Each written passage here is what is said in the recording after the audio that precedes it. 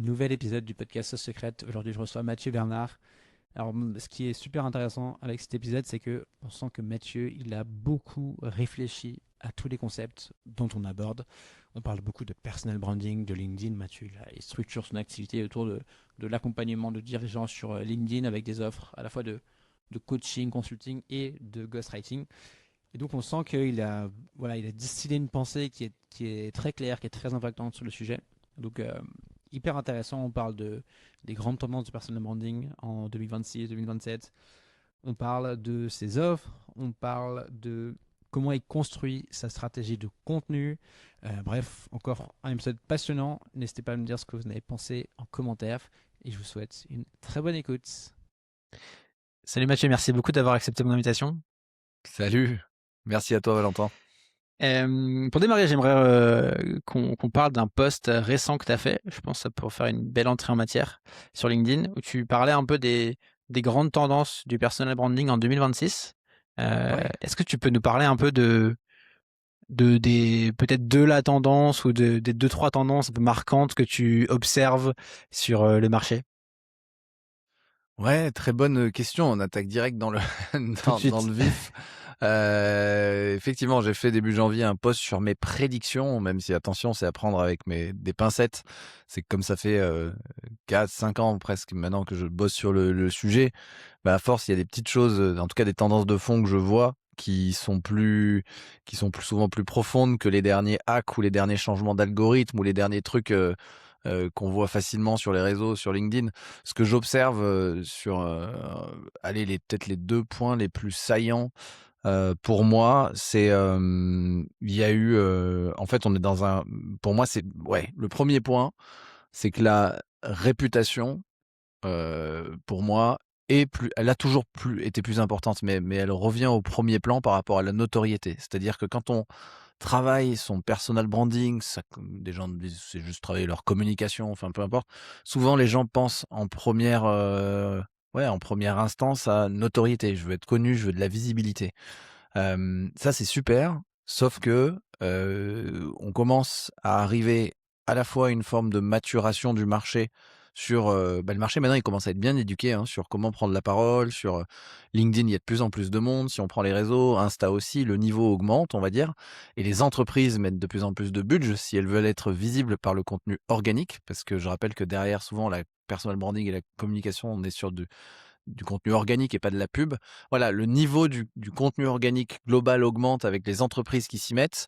Parallèlement, on en a un peu marre, des influenceurs qui veulent juste de la notoriété et qui ont pas forcément eu bonne réputation. Enfin, je pense qu'il y a eu une ère des influenceurs vendeurs de formation qui a un peu voilà, qui a un peu créé un ras-le-bol et il y a l'IA qui fait qu'aujourd'hui, en plus qu'il y ait plus de budget et de plus en plus de niveaux, il y a une barrière à l'entrée qui est beaucoup plus faible pour quiconque veut, venir et prendre la parole et écrire. Mm. Et ça, c'est à la fois génial parce que des gens qui seraient pas forcément à l'aise peuvent quand même, transmettre leurs idées de manière, simple.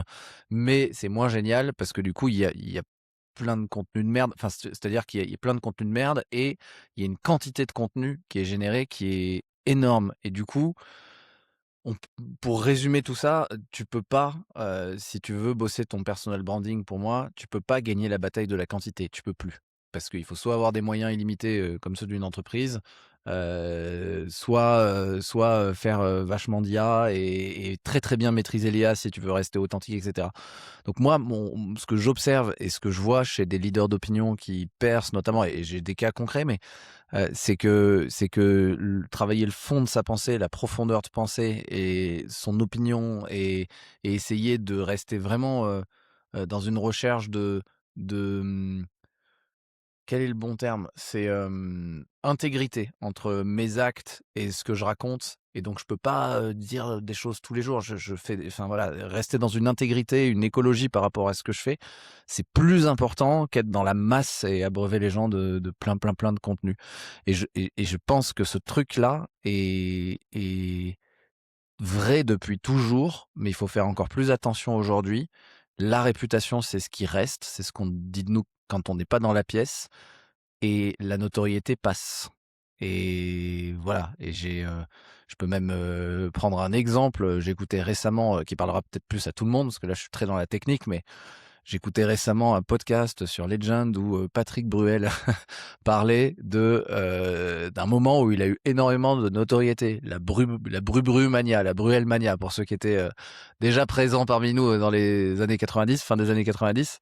Et Patrick Bruel, en fait, à un moment, il pouvait pas se déplacer dans la rue. Ça créait des émeutes à chaque fois. Enfin, c'était la personnalité la plus connue de France et surtout celle qui créait des émeutes. Et lui, il savait bien, il voyait bien que du coup sa notoriété était décorrélée de son art, enfin de ce qu'il proposait. Il était chanteur et il a vécu une période après avoir eu toute ce truc autour de lui. Il disait, ben il a vécu une période où il a plus osé, il a plus sorti, il avait trop peur de décevoir ensuite. Enfin, et donc pendant 3 ans, il a plus fait d'albums et le truc est retombé. Et il s'est paralysé. Il s'est dit, mais en fait, les gens m'ont oublié, je suis has-been, c'est mort. Et il s'est passé un truc, alors en tout cas c'est lui qui le raconte, assez formidable, c'est que 3 ans après, alors qu'il osait plus aller sur scène, il n'avait pas sorti d'album, Johnny, il connaissait Johnny, lui a proposé l'a invité à son concert au Stade de France et l'a invité à venir sur scène, tu vois. Et il a hésité, puis il a dit bon bah ok c'est Johnny, je vais y aller. Et il s'est rendu compte 3 ans après que quand il est arrivé sur scène avec Johnny, les gens l'ont acclamé, l'attendaient. Et en fait, il y avait plus peut-être tous ces gens-là qu'il aimait juste pour sa notoriété, pour le truc de la Bru-Bru-mania, mais il restait tous ces gens qui n'avaient pas oublié sa musique et sa réputation. Autant sa notoriété avait baissé au bout de 3 ans, mais sa réputation était restée. Et je pense que ce qui se passe aujourd'hui, où tout le monde peut accéder à une Bruel mania en faisant du bon contenu de qualité avec de l'IA et plein de moyens, je pense qu'il ne faut pas oublier que c'est la réputation et ce qu'on dit et la qualité de ce qu'on dit et la profondeur de ce qu'on dit qui est importante. Waouh, c'était Ouais. super long. J'ai mis un tunnel pour le début de l'épisode.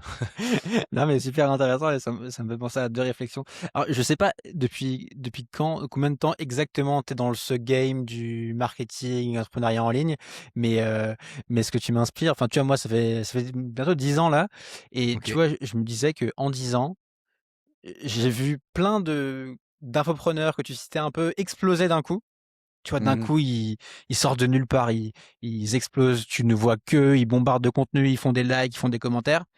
Ils font un braquage et ils disparaissent parce que, comme tu dis, en Mhm. fait, ils n'avaient pas construit une bonne réputation et il y avait une dissonance trop forte entre l'image publique géniale, incroyable qu'ils partageaient et la réalité des coulisses où, en fait, les gens qui allaient vers ces gens-là étaient finalement déçus. Donc, l'importance du long terme et de rester fidèle tu vois, moi, une phrase que je me dis souvent, c'est je vais pas travestir mon discours pour faire une vente à tout prix. Tu Ouais. vois, je préfère rater une vente en me disant c'est pas grave, au moins je suis aligné, j'ai pas survendu, j'ai pas fait un truc avec lequel je suis pas à l'aise, tu vois. Et l'autre truc aussi avec l'IA que tu dis, sur lequel je veux rebondir, c'est que je pense que plus il y a d'IA, plus il y a de contenu, plus il y a de gens qui vont te vendre des trucs, et plus tu as envie plus tu as besoin de faire confiance et de te rassurer avec des preuves concrètes, des témoignages, des preuves tangibles et la réputation des gens. Donc je trouve qu'effectivement c'est super intéressant comme premier point que tu abordes. Ouais, merci. Ah oui, c'est vrai que j'ai donné que un point, j'en avais promis deux. Non, mais c'est très bien. C'est Je peux bien. aller sans du tout faire un tunnel. Deux autres qui me semblent importants. En fait, souvent, moi, je suis dans le game aussi depuis un petit moment. Je fais du marketing et putain, ça fait vieux. J'ai 36 ans, donc je vais avoir 37 ans cette année. Donc, dans le marketing en général, et j'y suis depuis 2010, enfin, je suis depuis un petit moment, mais j'étais dans des gros groupes avant, chez Unilever, chez LVMH, puis en start-up, puis indépendant, et vraiment sur le truc du personal branding et LinkedIn depuis 2020, donc ça fait ouais 5 grosses années complètes. Quand même, j'observe en général que il y a des tendances de fond, mais il y a surtout toujours des tendances à réaction de ce qui a dominé juste avant. Et Mmh. donc, il y a un moment où c'était notoriété à tout prix. Et là, je pense qu'on revient, on cherche des gens qui ont une bonne réputation et qui ont un propos plus profond, etc. Ce que je disais juste avant. Mais il y a eu aussi beaucoup de choses qui se sont passées en ligne, des Zooms, des lives. Et il y a eu le Covid qui a fait ça. Il y a eu beaucoup de communautés en ligne, plein de trucs en ligne. J'observe que il y a un retour énorme de l'investissement sur du réseau réel, avec des gens rencontrés de manière quali et la base de la réputation, l'une des bases, c'est le réseau, hein. C'est ce que disent vraiment les gens de toi quand tu es pas dans la pièce. Donc il y a un moment, tu tisses quand même des liens plus facilement avec un réseau réel, en quali, en partageant des choses, ça peut être des réseaux autour du sport, hein. Je parle pas que d'événements de networking à la con, mais donc il y a ce truc-là, je pense, le vrai réseau qui revient, qui commence par les proches ou s'investir dans une asso et cetera. Ça, c'est très très important. Et un autre mouvement que je vois en opposition à ce qui s'est passé là depuis 2-3 ans, il y a eu toute une explosion, notamment de la vidéo avec soit des podcasts vidéo, soit du format short sur toutes les plateformes et du coup, beaucoup de gens qui utilisaient alors soit qui le faisaient chez eux, soit tu sais, c'est très charté, soit des vidéos en studio avec, un petit short sous-titré de Mmh. toi en train de parler alors que peut-être tu es en train de parler à personne. Bon, bah, très bien, fine, hein, aucun jugement là-dessus, je l'ai fait, je l'ai testé aussi.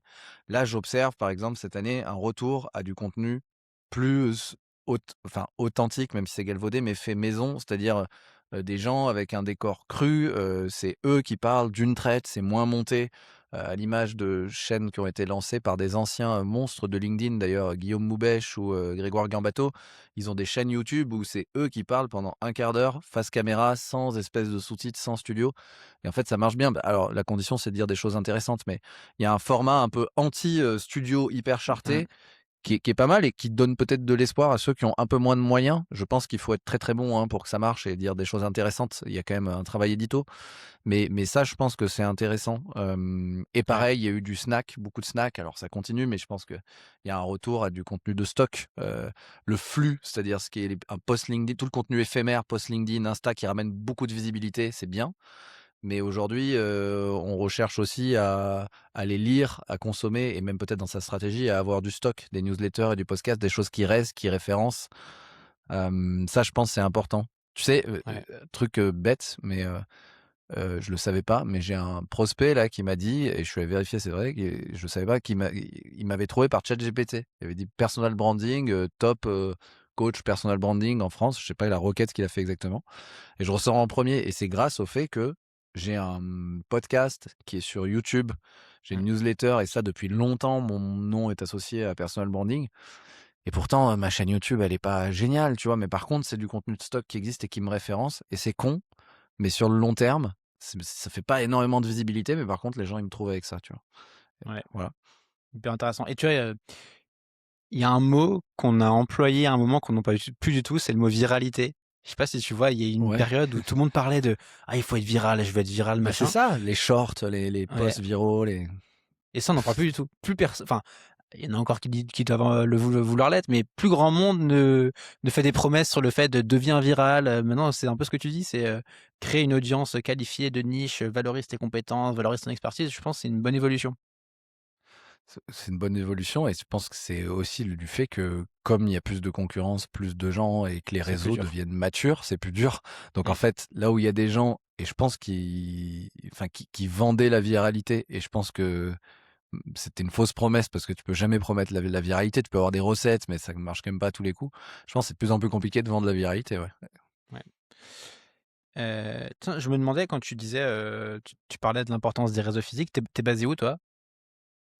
Eh bien moi, je suis basé dans la Drôme, à côté de Valence et c'est de là d'où je viens. Donc j'ai beaucoup bougé, j'en étais parti à 17 ans, j'en suis revenu, il y a 3 ans.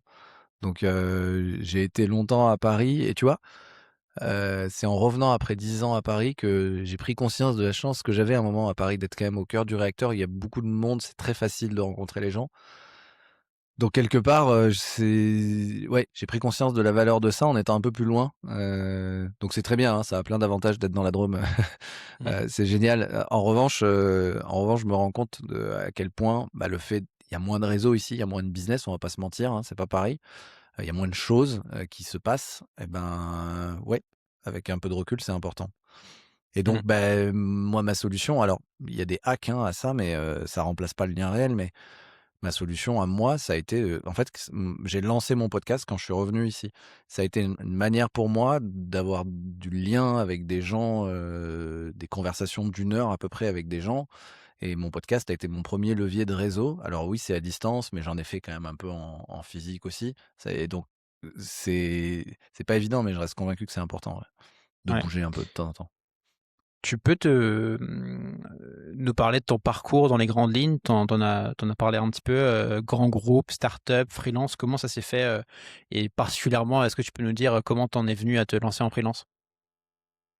Ouais, c'est une suite de pas de côté. J'ai eu un parcours très classique, un peu par défaut, mais qui m'a plu, hein, de prépa, grande école de commerce et puis ensuite, bah, j'aimais bien globalement le marketing et puis j'étais attiré par l'entrepreneuriat dès le début. On a lancé une petite marque de e-commerce avec un pote, qui vendait des clés USB, mais il y a très longtemps, en 2010. Mmh.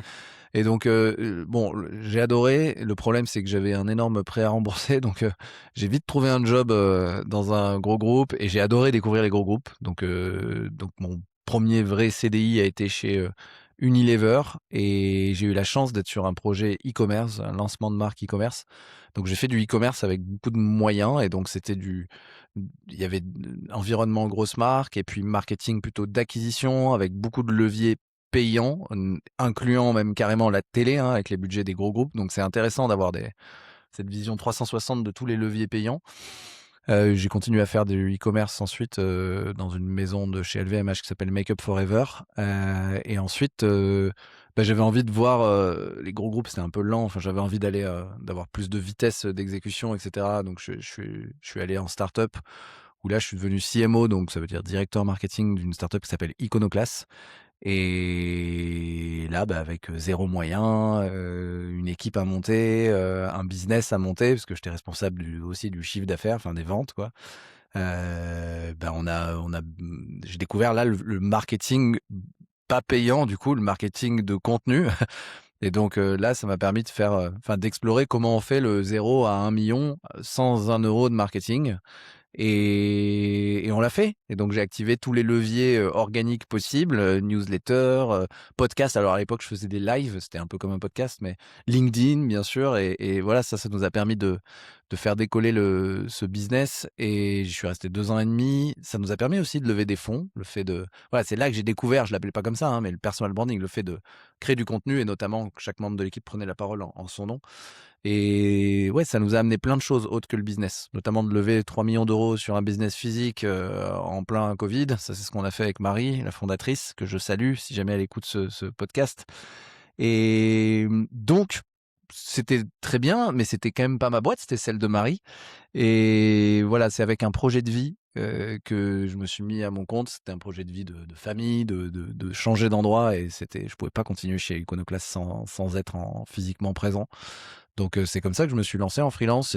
Alors c'est mon choix de vie qui a précédé mon choix pro pour le coup. Et je D'accord. me suis dit bon bah maintenant faut que j'aille en freelance avec ce que je sais faire. Et donc en 2022, quand j'ai quitté Iconoclast, je me suis lancé en freelance avec quand même la chance d'avoir le chômage.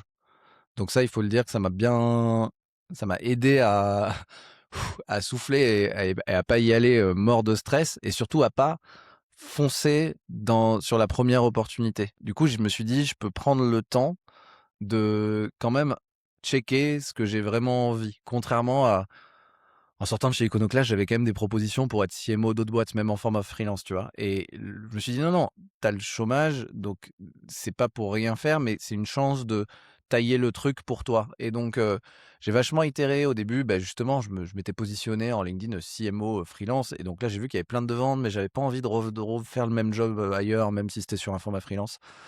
Donc, je me suis dit, tiens, est-ce que je pourrais pas essayer de créer un, je savais pas que ça s'appelait soloprenariat à l'époque, de créer une sorte de format, une offre, de packager une offre où c'est moi qui ai le contrôle sur ce que je vends, sur le format et sur mes tarifs. Et du coup, je me vends pas au jour comme un freelance qui serait juste salarié dans une boîte mais sur un format freelance.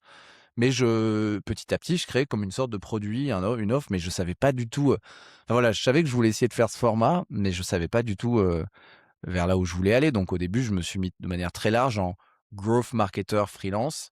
Le problème, c'est que j'avais un peu packagé des offres, mais c'était un peu bancal. Et donc, j'ai fait plein d'interviews. Enfin, quand même, grâce à LinkedIn, comme j'avais un peu bossé LinkedIn chez Iconoclast et que j'avais un peu de visibilité, j'ai eu quand même pas mal de demandes et de rendez-vous. Donc, ça m'a fait un peu une étude de marché En fait, les gens, ils me voulaient en full time ou 3 jours par semaine et moi, j'essayais de leur pousser un package et en fait, ça marchait pas. Donc, j'ai pas mal itéré, je pense 2 mois là-dessus. Et puis après, ben, il y a ce truc de personal branding que j'appelais pas ça encore comme ça à l'époque, mais je vais accompagner les gens sur en tout cas des freelances sur leur positionnement, en fait sur tout leur marketing quoi, sur tout ce que je savais faire, c'est-à-dire on te fait ton positionnement, ta stratégie de contenu, on te design ton offre, etc. Donc c'était encore très large, mais c'est comme ça que j'ai commencé vraiment en freelance avec 3 premiers clients qui venaient carrément de mon réseau, tu vois. Et c'était un accompagnement, du coup, là, packagé, première version de mon package, où c'était mon premier package, c'était 3 000 €, 12 sessions sur 12 semaines, et il y avait tout un parcours, alors que j'inventais au fur et à mesure avec mes premiers clients. Et merci à eux pour leur confiance, Raphaël Mizrahi, Anne Poignant et Mathieu Thomé. Et petit à petit, et ben, je me suis rendu compte que là où j'avais le plus de valeur ajoutée, c'était sur la partie personal branding. Mais j'ai mis longtemps à l'assumer. J'ai dû l'assumer 1 an après au moins. Enfin voilà, je te Hmm. laisse. Je sais pas si c'est clair déjà sur comment je me suis lancé en freelance, Écoute, mais c'est très clair. Heu, Juste un petit point, sur lequel je voulais rebondir, c'est que moi, j'ai un peu comme toi, j'ai habité à Paris, j'habitais à Lyon et là, j'ai déménagé à la campagne l'an dernier. Alors, loin tu es de où tout, toi? dans un petit village. Là, je suis en Normandie, là. Ok. Hem Et donc tu vois, une réalisation que j'ai eue, c'est, heu, purée, quelle chance de pouvoir bosser en ligne et d'avoir une activité en ligne. Parce que Ouais. je pense que tu dois le voir, je me dis, tu sais, des fois, quand j'ai des coups de flip, je me dis: «OK, si jamais je dois retrouver un job un jour, bah, je sais qu'il y a absolument rien à, 200 bornes à la ronde». Ouais. Donc tu vois, je mesure, la chance de bosser en ligne et à quel point c'est, en fait, même c'est vital si tu veux t'ouvrir des options. Si tu as pas l'option «je bosse en ligne», qu'est-ce que tu fais, quoi? Il y a Ouais. pas grand chose, quoi. Ouais. Oui, oui, c'est vrai que c'est chaud. Alors après, Ouais, euh, Alors après, moi, ça me fait flipper, mais après, pour le coup, je suis pas fermé à rechanger de format un jour, hein. Revenir ouais. salarié, revenir. Alors effectivement, il faudrait que j'arrive à négocier. Un Je full pense qu'il y a remote, beaucoup quoi. de trucs à Paris, ouais, pas du 100%. Je reviendrai jamais en 100% présentiel. Enfin, c'est pas possible. Ça, c'est un truc moi qui m'a insupporté. Enfin, je sais pas toi, mais moi, je l'ai vécu et être contraint dans un bureau, dans un lieu physique. Alors très très bien pour voir les équipes. D'ailleurs, ça c'est un point qui me manque en tant que freelance. J'aimerais bien Mmh. un jour par semaine, genre le lundi, être dans un endroit avec plein de monde et ensuite je fais mon truc. Mais ça c'est un truc quand même qui me manque. On veut toujours ce qu'on n'a pas. Mais par contre, être contraint tous les jours d'être dans un bureau physique, alors que parfois il y a juste des tâches qui par rapport à ta personnalité ou même ton rôle dans l'entreprise, tu as plus intérêt à rester chez toi à bourriner à fond. Et ouais, j'aurais du mal à revenir en 100% physique. Ouais, ouais, je te rejoins aussi et puis On ne en serait-ce a que le temps de transport, temps de trajet, C'est ça. quand tu l'as plus, enfin, là, aujourd'hui, je fais le trajet, ma chambre, ma cuisine pour manger le matin et mon bureau, tu vois? C'est le gros trajet, quoi Bah, et ça, c'est c'est un ça. confort quand même. Tu gagnes quand même, tu gagnes, allez, enfin, moi, je me rappelle quand j'étais à Paris, j'avais, au moins 40 minutes de métro, aller et retour. Donc en fait, tu Ouais. perds 1 heure et demie dans ta journée, tu es fatigué, tu es KO, enfin, c'est du Ouais, temps et puis c'est perdu, une quoi. heure et demie, moi, pour avoir bossé à Précieux. Rueil-Malmaison, RER A tous les jours. Donc le RER A étant le train le plus emprunté d'Europe, hein. Chaque jour, c'est plusieurs millions de voyageurs. Et donc, t'en as forcément un qui fait un malaise, etc. Je peux te dire que ouais, c'est des Mmh. trajets qui, en plus, sont pas reposants, quoi. Mais après, moi, le gros changement, du coup, c'est d'avoir pu faire ce que je n'arrivais pas à faire quand j'étais à Paris. Au-delà du trajet, bon, qui est un peu chiant, c'est que je peux faire mon sport tous les jours, en fait. Et ça, c'est ouf. Ça, par contre, ça, c'est incroyable. Et c'est ça que je veux pas quitter, en fait. Mmh. Quelque part, si je devais vraiment aller à un endroit, juste avoir la liberté, à midi, je vais courir, en fait. Et c'est pas du grand sport, tu vois, mais je fais du sport tous les jours. Et ça a changé ma vie. J'avais toujours fait du sport avant. Et à Paris, avec les transports, le rythme, etc., mais j'y arrivais plus. Et donc ça, c'est une chance de dingue. Et ça, j'espère le garder. Ça, c'est merci Ouais. la vie de freelance pour le coup. Hem, Si on revient du coup à ton business, donc 2022, tu fais la transition, tu te cherches un peu. Comment est-ce que tu fais évoluer ton offre. Donc tu nous dis qu'au début, tu accompagnes des freelances, ce format, 12 semaines. C'est un truc qui évolue après, tu vois? Entre ce format-là et ce que tu fais aujourd'hui, qu'est-ce qui se passe entre les 2? Il s'est passé plein de choses. Déjà, ouais, plusieurs choses. Déjà, j'ai assez rapidement, enfin, il y a eu j'ai quitté Iconoclast, il s'est passé 2 mois. Après, il y a eu le mois d'août où bon, bah, j'étais off, mais des vacances de prévues. Mais dès septembre, en fait, je me suis quand même mis dans une logique, OK, tu veux travailler sur un format ou solopreneur, c'est pour moi différent de freelance. Freelance, tu peux être OK. salarié pour moi, c'est salarié freelance. Ou alors, en tant que freelance, tu es free, mais tu peux aussi créer une sorte de produit solopreneur que tu packages avec un prix, et cetera. Ça, c'était vraiment ma volonté. Et je me suis dit, en revanche, par contre, faut que tu fasses comme si tu avais pas le chômage. C'est-à-dire, faut que tu fasses du cash rapidement et que tu bosses et que tu sois dans l'action parce que ton offre, tu vas que l'améliorer, au contact du réel, du marché et des clients. Donc, j'ai démarré avec 3 clients là-dessus et ensuite, bah, tu vois, au début, si je parle juste du format, c'était c'était ça, c'était 12 sessions sur 12 semaines. Alors, il pouvait y avoir une semaine de vacances pour un tel, ça a décalé dans le temps, mais, gros 12 sessions à peu près sur 12 semaines, ça coûtait 3 000 €. Aujourd'hui, j'ai toujours, même si le contenu a changé, j'ai toujours cette logique de format. Une offre qui est celle que je vends le plus, c'est un accompagnement sur 10 sessions, qui est à 5 900 € hors taxe. Donc c'est ça l'évolution en format prix. C'était 12 sessions d'une heure et demie. Ah oui, c'était 12 sessions d'une heure et demie, 3 000 €. Là, c'est 10 sessions d'une heure pour 5 900 €, et donc je parle bien sûr en hors taxe. Sachant qu'à l'époque, c'était plutôt pour des freelances. Aujourd'hui, j'accompagne plutôt des dirigeants et que très, très honnêtement, dans le contenu, même si ça a un peu changé, j'étais très général, growth marketer. En gros, je suis ton growth marketer et je t'apprends à mettre en place tous les piliers. Avant, c'était je t'apprends à mettre en place tous les piliers de ta croissance. Donc un peu ton offre, ton marketing, ta communication et j'allais même jusqu'au sales, en tout cas la partie au moins comment tu fais ton rendez-vous de découverte, et cetera. Donc j'allais vraiment en 360 sur, tout le parcours, communication, vente. Aujourd'hui, dans le contenu, c'est personal branding et donc on va très, très profond sur, bah, globalement, les dirigeants que j'accompagne sur leur positionnement, leur stratégie de contenu et en plus, ensuite, on exécute sur des contenus. Ça nécessite d'aller, creuser dans leurs convictions, dans leurs idées, faire de la recherche, affiner leur point de vue, potentiellement, on parle de leur image, on parle de own media, c'est-à-dire ce qu'ils font eux aussi, de earn media, c'est-à-dire comment ils passent dans des podcasts et cetera. Donc on va beaucoup plus profond là-dessus, sur leur réputation et je pense qu'aujourd'hui, ça a beau être moins de sessions finalement et plus court, le prix est 2 fois plus élevé, mais parce que je pense que j'apporte 2 fois plus de valeur en réalité. Et Hem, tu écris pour les gens aussi ou tu fais juste, enfin tu les guides juste? ouais, ça c'est venu après, tu vois? En totale écoute du marché. J'ai démarré en mode j'écris pas pour les gens, c'est toujours cette offre dont j'ai parlé, c'est-à-dire que je mets les mains dans le cambouis avec eux, c'est-à-dire qu'on va coécrire, mais je pars de leur écrit pour, toujours essayer de les former aussi au copywriting, à quelques règles, mais en partant de leur ton. Et donc, le but, c'est qu'ils soient autonomes à la fin, après les 10 sessions et qu'ils aient un système en place, en tout cas une feuille de route et qu'ils sachent que ce soit plus, en fait, le brouillard. Mon personal branding, qu'est-ce que je fais? C'est on ait fait suffisamment ensemble, on est coécrit ensemble pour qu'ils disent: «Non seulement je sais quoi faire, je sais quoi raconter, mais en plus je sais comment le faire», puisqu'on l'a déjà fait. En vrai, on a toujours des wins, c'est pas tous les posts qui fonctionnent, mais il y a suffisamment de wins pour savoir, en fait, ce qui marche chez eux. J'ai découvert notamment en accompagnant de plus en plus de dirigeants qui ont vraiment pas le temps, que certains, voulaient, du ghostwriting. Donc là, Mmh.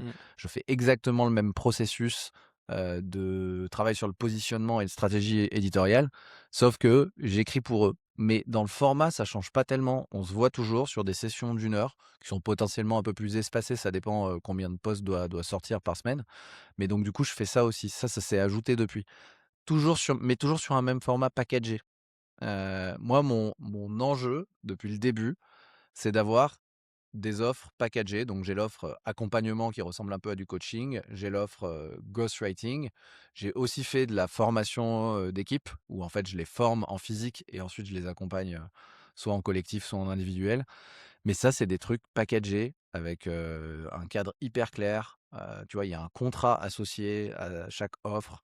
Je suis vraiment allé loin dans un truc qui est super important et que j'ai découvert en chemin. C'est les attentes ne sont pas c'est quoi les agreements? Des accords.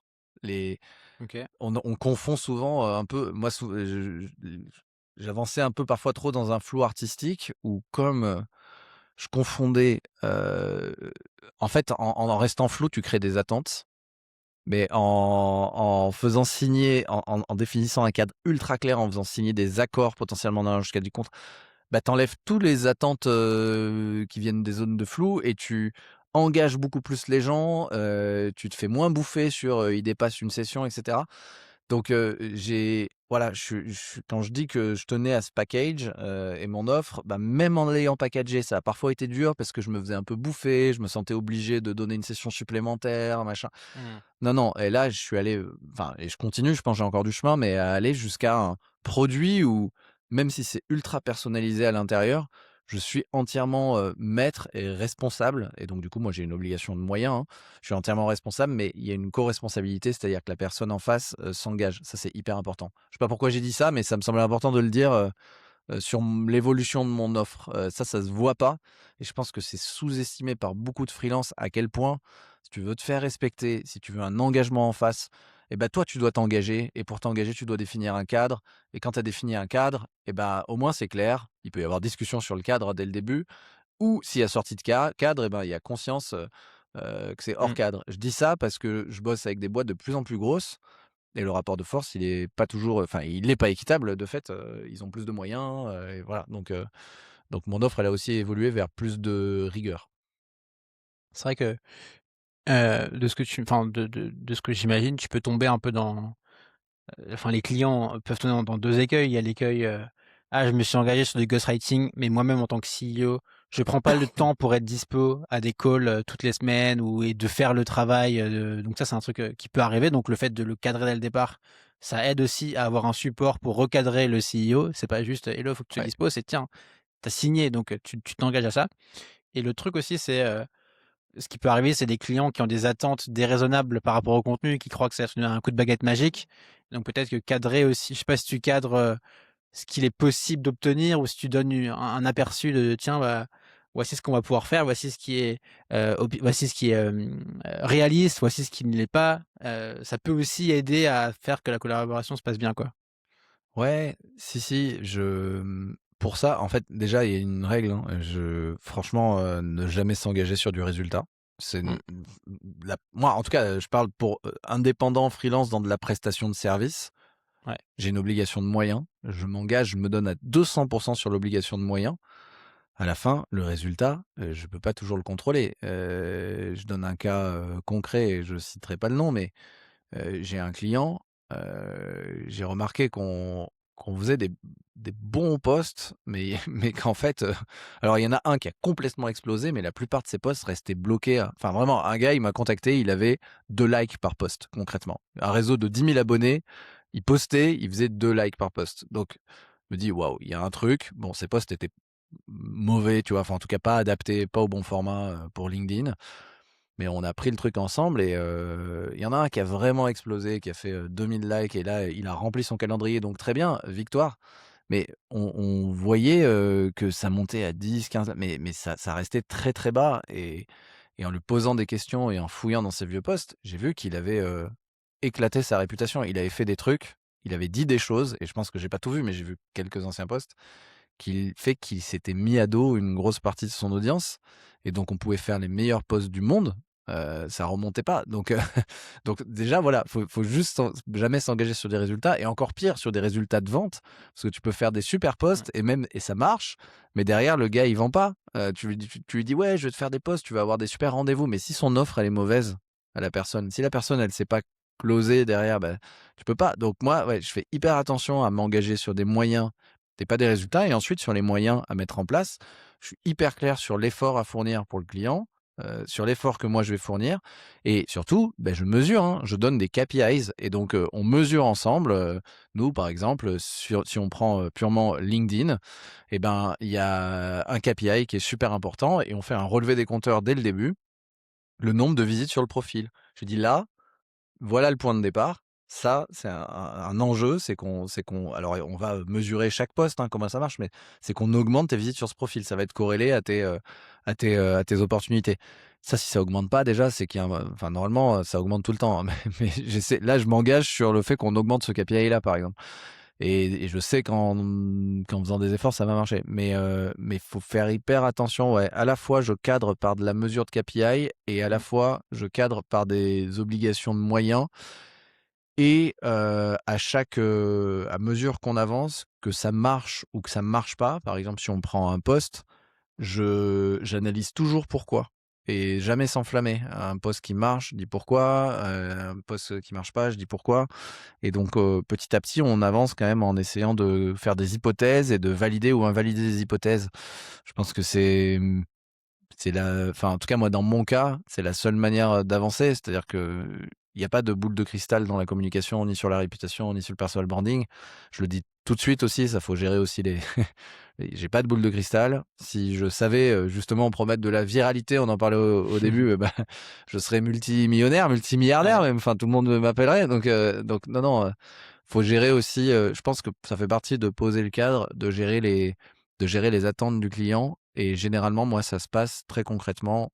Dès la première session, on fait un focus sur ses objectifs et je Mm. pointe immédiatement s'il y a des incohérences. Par exemple, si quelqu'un a 300 abonnés et fait des posts d'un like et qui me dit je veux avoir 5000 abonnés dans 2 mois, mais je vais faire que un post par semaine et je veux avoir en moyenne 2 leads par semaine, je lui dis non, ça va pas être possible. Donc tout de suite aussi, tout de suite dire ah là il y a une incohérence. C'est possible, mais il y a 0,1% de chance, quoi.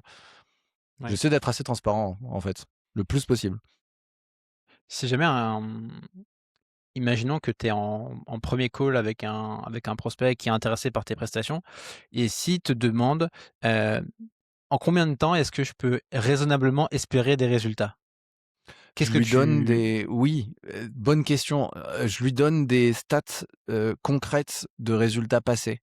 Je lui mmh, dis, alors moi j'ai de la chance parce que j'ai accompagné plus de 120 personnes et surtout j'ai aussi un podcast Bonne Réputation sur lequel j'ai interviewé, là je crois que c'est l'interview numéro, 83 que je viens de faire ou que je vais faire. Donc en fait, j'ai quand même à chaque fois je pose la question justement: «Dans combien de temps tu as eu des résultats?»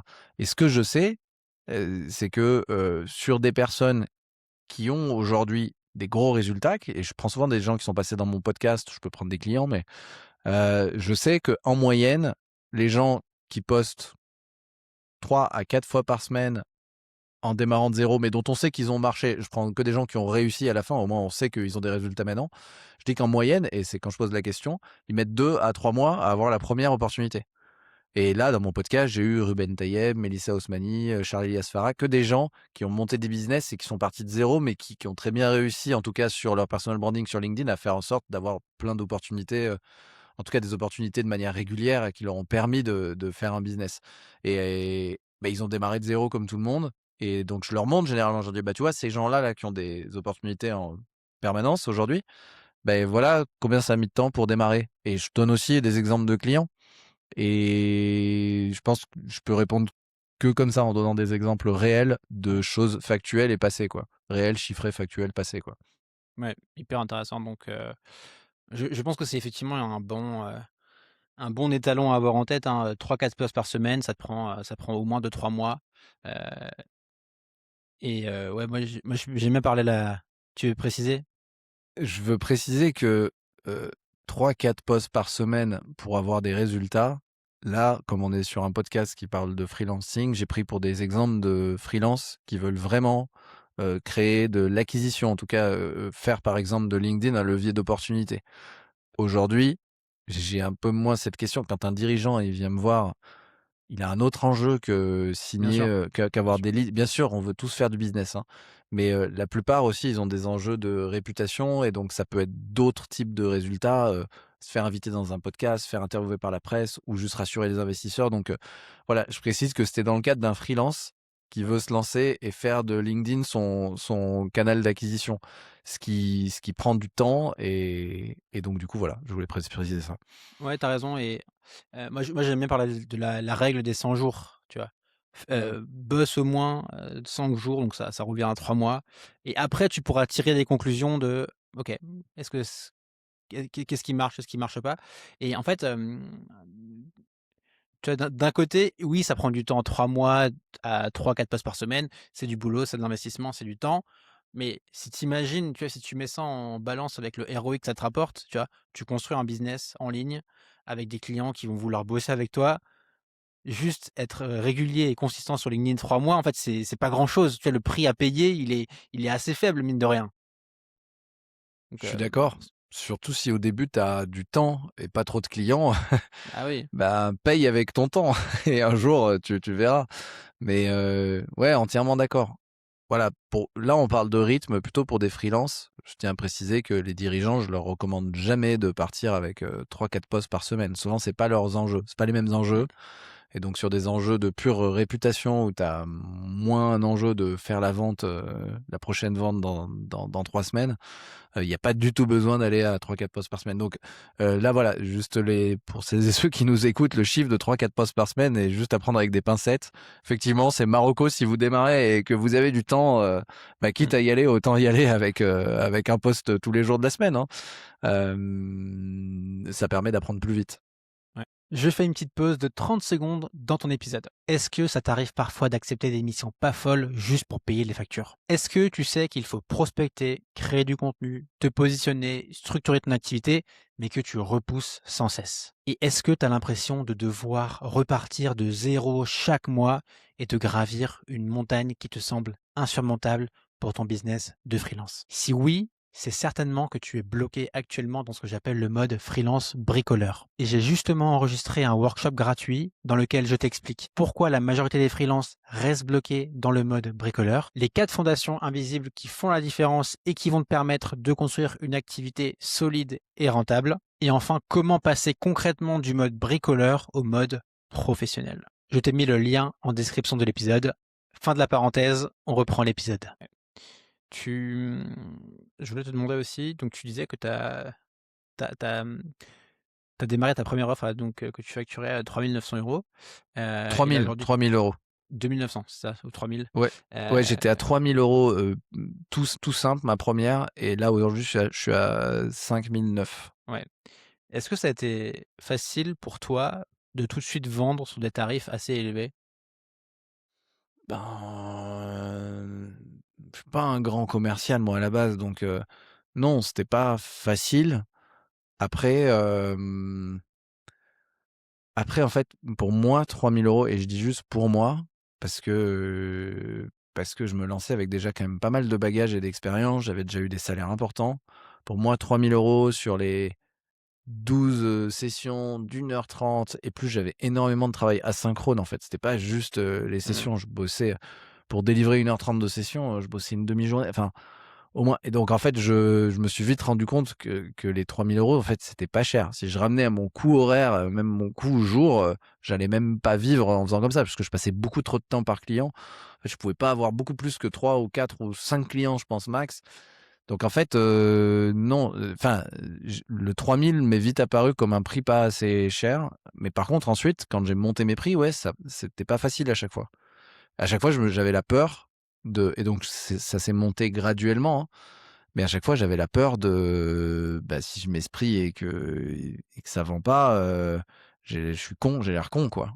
Mais bon, tu peux toujours, comme j'affiche pas mes prix, je les dis en rendez-vous, mais je les affiche pas, Mmh. avant le rendez-vous. D'ailleurs, quand on vend du service à à plusieurs milliers d'euros, il faut jamais afficher ses prix avant, hein, c'est une erreur.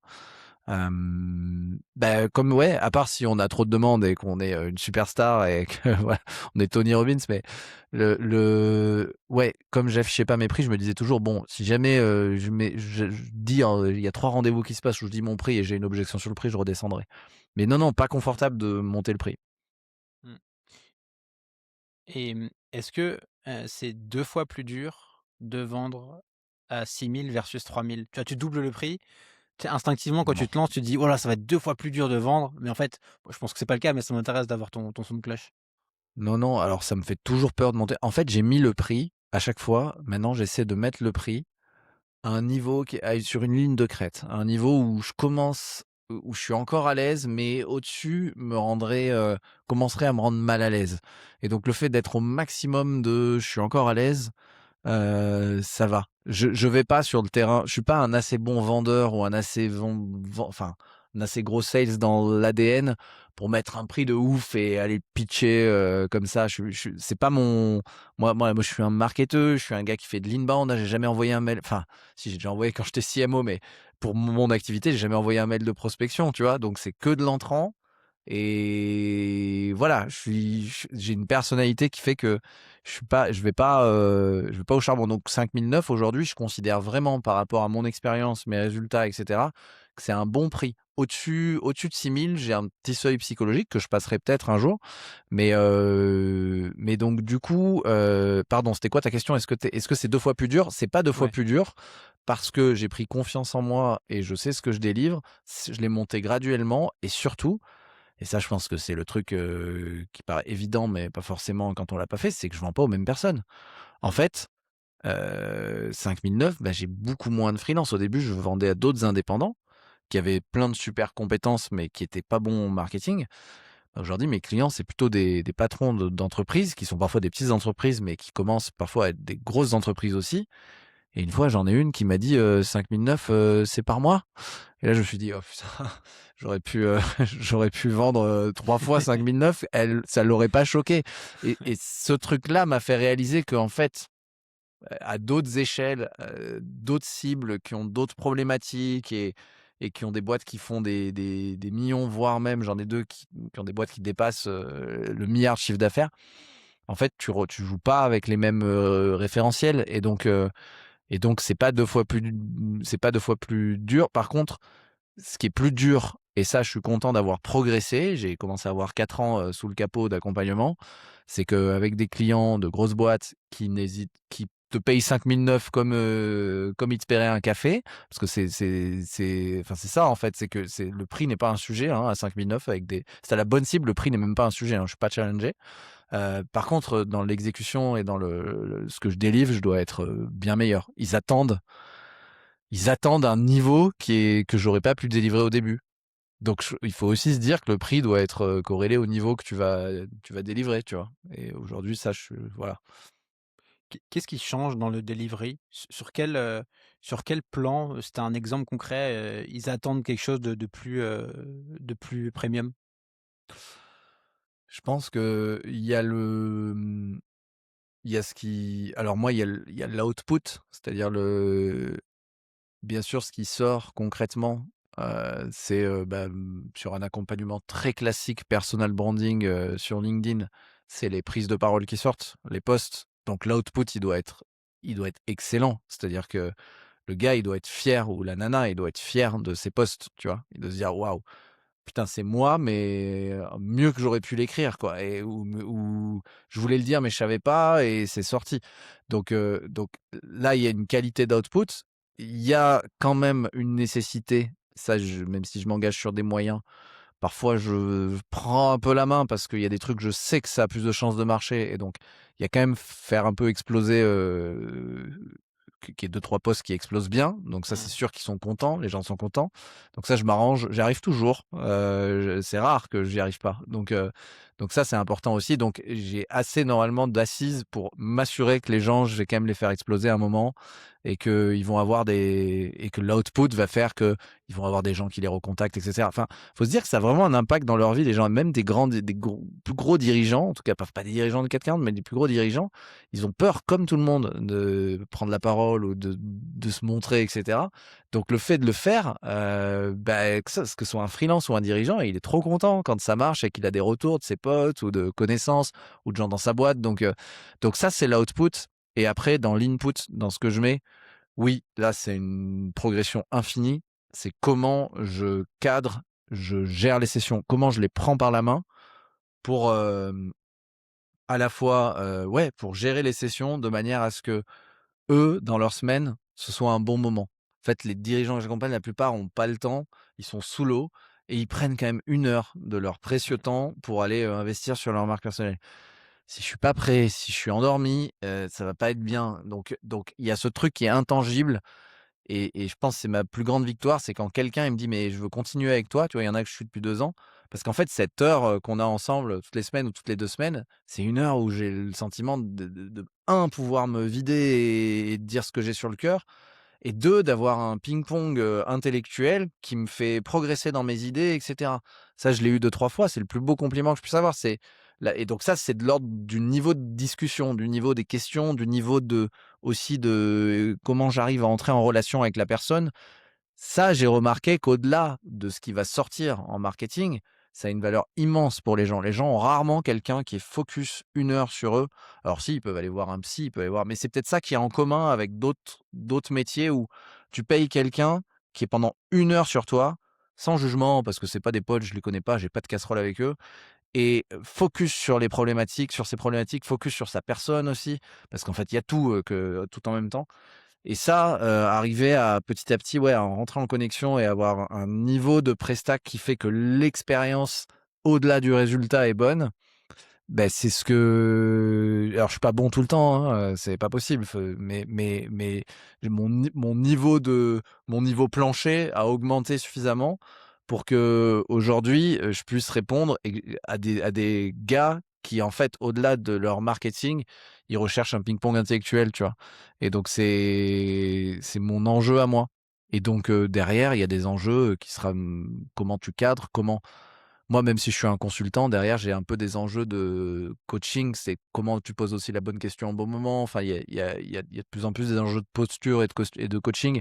Et ça, c'est intéressant. J'essaie de les travailler. Je me prends pas pour ce que je suis pas, hein. Je suis pas un coach à part entière. À la base, je dis coach en personal branding parce que c'est un positionnement qui fait que c'est facilement compris. Mais je reste un consultant qui doit délivrer des choses mais malgré tout, parfois, il faut mettre la casquette, un peu de coach qui écoute et qui pose des questions et donc c'est ça qui est intéressant. Ouais, hyper intéressant. Et juste là-dessus, sur cette dimension, je suis capable de tenir une discussion avec un CEO, je suis capable de le challenger, de, entre guillemets, comme tu dis, de le coacher. Hem, Tu bossé d'une manière particulière pour arriver à le faire? Ou c'est juste, la répétition, l'entraînement, le fait de se challenger, le fait de, à chaque fois, vouloir t'améliorer? Est-ce que tu as fait des choses en particulier? Bah, j'ai un avantage injuste, c'est que j'ai eu la chance de me lancer en ayant déjà été dans des gros groupes, donc avec des problématiques très politiques, des gestions de gros budgets et donc j'ai compris les jeux dans lesquels sont parfois certains dirigeants. Mmh. J'ai été en start-up où, beh, j'ai dû constituer une équipe, j'ai dû parfois et ça aussi en gros groupe, j'ai dû parfois faire face à me séparer de certaines personnes de l'équipe, ça dans toutes les boîtes où j'ai été. Donc j'ai vécu et levé des fonds aussi en direct en faisant, 60 rendez-vous avec des investisseurs pour finalement lever des fonds. Donc j'ai compris des enjeux humains et des enjeux de PNL par mon expérience qui vont au-delà de ma casquette de marketeur et qui me permettent quand même de comprendre leurs enjeux. Ça déjà, je pense qu'il y a que l'expérience qui le fait et j'ai la chance de pouvoir me baser sur ces expériences passées. Ensuite, c'est que la répétition, c'est-à-dire que j'ai pas compté le nombre d'heures que j'ai au compteur d'accompagnement, plus le nombre d'heures, de podcast et donc podcast, bah, je suis avec les gens et je les interviewe. Donc en fait, ouais, ça c'est à la fin, ça devient un avantage compétitif énorme. Je pense que c'est que l'expérience, moi. Moi, c'est que par l'expérience. Il y a rien dans les livres. Si, je m'intéresse, au coaching, comment on pose les bonnes questions et tout, mais c'est que l'expérience. Ouais, hyper intéressant. Faisant le lien justement avec ton podcast, à quel moment de ton aventure tu le lances et quelle est ton intention au départ? Et ben, je l'ai lancé, fin 2022. Donc moi, je me suis lancé mes 3 premiers clients dont je parlais, je les ai eus ça a démarré septembre 2022. Je me lance avec 3 clients. Je dis rien sur LinkedIn, je communique rien. Je me suis pas encore lancé sur mon personal branding à moi. Je me lance je me relance, mais vraiment en mon nom, là, cette fois pour mon activité et sur LinkedIn en même temps que le lancement de mon podcast en décembre 2022. Donc 4 mois après avoir vraiment démarré avec mes premiers clients. Sauf que j'ai fait une dinguerie, j'ai écouté mon cœur, et donc mon podcast s'appelait Work in Progress. Il explorait le futur du travail, parce que c'est un sujet qui me passionne par ailleurs. Et donc, je suis parti sur ce sujet-là et qui m'a amené à explorer, à interviewer plein de gens dans le monde de l'entreprise qui faisaient par exemple la semaine de 4 jours, qui autodétermination des salaires, enfin aller explorer des gens qui essayaient de travailler différemment. C'était super, mais ça n'avait pas de rapport direct avec mon activité. Et donc à un moment, j'ai dû prendre la décision difficile de pas killer, parce que enfin pas tuer le podcast, parce que les épisodes sont toujours là, mais de pivoter et d'aligner mon podcast avec mon activité. Parce que je me suis rendu compte après quelques mois que entre ma communication LinkedIn, dont j'avais besoin, oups, voilà, ma caméra qui zoome. Ça fait Désolé, un pour ceux vrai qui ne zoom. voient pas, j'ai une caméra qui zoome sur mon nez, c'est magique. Ouais, en fait, j'étais sur un grand écart et de positionnement et de communication. C'est-à-dire que petit à petit, quand même, j'accompagnais de plus en plus les gens, ça se clarifiait sur leur personal branding. Et en fait, je communiquais la moitié de mes posts et je mettais de l'effort sur mon podcast sur un truc qui était Future of Work, tu vois. Donc, trop bien pour le réseau, hein, le podcast, mais hyper dur de raccrocher les wagons. Et, et avec quelques discussions et avec le recul que j'ai pu prendre petit à petit, ben, j'ai dû accepter de pivoter. Et donc, j'ai fait un travail où j'ai dû faire un rebranding. Et donc, j'ai renommé mon podcast Bonne Réputation. Et là, je me suis axé vraiment sur mon sujet. Et c'est tellement plus simple d'être aligné, c'est-à-dire d'avoir mon podcast, mes posts, faites ma newsletter. Oui, j'ai lancé ma newsletter aussi ensuite, mais qui sont toutes qui se répondent en fait, qui sont alignés. Et donc voilà, là c'était une erreur, enfin c'était pas une erreur parce que ça m'a permis de me lancer. Je pense que si j'avais pas eu cette envie, ce cœur à l'ouvrage, je me serais jamais lancé sur le podcast et c'est quand même trop cool de s'être lancé. Donc c'est jamais une erreur de se lancer et de passer à l'action. Par contre, je suis allé un peu vite. Je pense que quelqu'un, si j'ai pour le coup là, si j'avais eu de la supervision ou quelqu'un avec un peu de recul, j'aurais gagné des semaines, j'aurais gagné des mois, même des mois à tout de suite me lancer sur un truc parfaitement aligné. Ouais, mais tu sais, peut-être que si on te l'avait dit, t'aurais dit ouais, ok. Mais j'ai quand même envie de faire ce podcast-là, ça Je m'intéresse quand même, pense, tu vois. ouais. Non, mais T'as t'as raison. besoin de pratiquer par toi-même et de te rendre compte des choses, quoi. Et puis, j'assumais pas mon positionnement personal branding pendant presque un an. Je suis resté Intéressant. growth marketer généraliste, mais qui t'aide un peu sur ton branding. J'arrivais pas à Hmm. l'assumer pendant un petit moment parce que alors, c'était déjà à l'époque, c'était moins répandu. Et en plus, je me disais, waouh, quand même, ouais, j'ai pas encore eu assez de clients pour l'assumer. Puis un jour, je suis passé en mode personal branding pour dirigeants ou personal branding pour freelancer. Enfin, et en Ouais. fait, c'est beaucoup plus clair d'assumer son positionnement. Les gens, ils viennent me chercher pour ça. Et donc oui, tu as raison, le podcast, peut-être qu'au début, vu qu'il est sur le personal branding, je l'aurais pas assumé, j'aurais pas osé. Et donc, l'angle que tu décides de prendre quand tu te dis je veux aligner ma communication, c'est j'interviewe des solopreneurs, entrepreneurs qui font un travail, eux, sur leur personal brand et je les interviewe pour décortiquer un peu ce qu'ils font, quoi. C'est ça? Exactement. Des gens qui ont créé une autorité sur leur expertise, tu vois, qui ont quand même, qui sont à une phase où ils sont déjà une référence ou une autorité dans leur domaine. Et oui, et on décortique. Et parfois, ce qui est intéressant, c'est qu'ils l'ont fait de manière intentionnelle ou non. Et donc, Mmh. parfois, il y en a qui me disent, waouh, ton podcast, c'est, j'apprends des trucs sur moi-même. J'avais pas remarqué que je faisais ça. Et donc, c'est cool. C'est intéressant. Ça permet de Ouais. voir qu'il y a quand même un point commun entre pas mal de gens qui ont développé une autorité dans leur domaine d'expertise. Il n'y a pas besoin de notoriété, hein. Ça peut être juste une notoriété sur une niche, hein. Donc voilà, j'ai pas que des gens qui ont 100 000 abonnés. C'est pas ça le prisme. Mmh. Et, Ouais. et ouais, donc c'est ça mon angle, exactement. À quel point est-ce que ce podcast, c'est marrant parce que j'en parlais avec une autre invitée, sur une chose qui n'est pas encore sortie, de lancer un podcast sur ces sujets-là. Et à quel point est-ce que ton podcast, ça a été un driver de mission pour toi versus plutôt un moyen d'exploration pour, approfondir ta compréhension des sujets branding, pour faire un peu ta recherche? Heu, je suis curieux d'avoir ton retour là-dessus. Et ben, à quel point ça a été un driver de mission? Pas du tout au début. Ça a été plutôt un driver de réseau auprès des gens que j'interviewais. et ça m'a permis de ouais, les gens que j'interviewais, bah, ils me connaissent, on a passé 1 heure ensemble, donc je me fais moi aussi inviter dans des podcasts où on se voit, quand je suis de passage à Paris. Donc ça permet de créer des liens, bizarrement plutôt avec des concurrents, des pairs ou des concurrents, pas du tout des clients potentiels. Et je pense que ce réseau, ouais, c'est un asset extrêmement précieux, et parce qu'il est pas intéressé, c'est pas des gens à qui je vais vendre Mmh. quelque chose. Et petit à petit, effectivement, ça m'a permis de ça devient un driver de clients, mais ça prend un peu de temps. C'est-à-dire que moi, en plus, c'est un podcast de niche, hein, c'est un truc spécialisé, expert, c'est complètement assumé. Il a pas vocation à être un podcast grand public, et donc, avec la répétition, avec le temps, la bonne nouvelle que je peux donner aujourd'hui, c'est que maintenant, ça me ramène des clients dans le sens où c'est intéressant. Je ne sais pas si les clients me connaissent par le podcast. En revanche, j'ai de plus en plus, je pense une personne sur 3 que j'ai en call de découverte me dit: «J'ai déjà écouté, Mmh. 2 ou 3 de tes podcasts», et du coup, ça crée ce truc où déjà ils me connaissent alors que moi je les connais pas, et ils ont confiance. J'ai déjà été dans leurs oreilles, donc ça, c'est extrêmement puissant. Par contre, ça prend vachement de temps. Faut pas croire que le podcast, c'est un levier d'acquisition Mmh. direct. En plus, c'est un média de stock, c'est-à-dire, qui est vraiment, bah, ce qui est cool, c'est qu'un épisode, il reste, quoi. On peut reconsommer un épisode 1 an après, donc heu, mais par définition, un média de stock comme un podcast ou une newsletter, il peut pas exister s'il est pas, si on n'amène pas des gens dessus. Donc en fait, de toute manière, c'est avec mon LinkedIn que j'amène des gens sur mon podcast qui ensuite potentiellement, venaient me voir, mais donc non, non, ça reste LinkedIn le driver de mission qui a été numéro un pour moi, et aujourd'hui, j'ai ma newsletter et mon podcast qui me ramènent de plus en plus de gens, mais je pense que ça vient plus conforter que faire l'acquisition en numéro un, quoi. Mmh.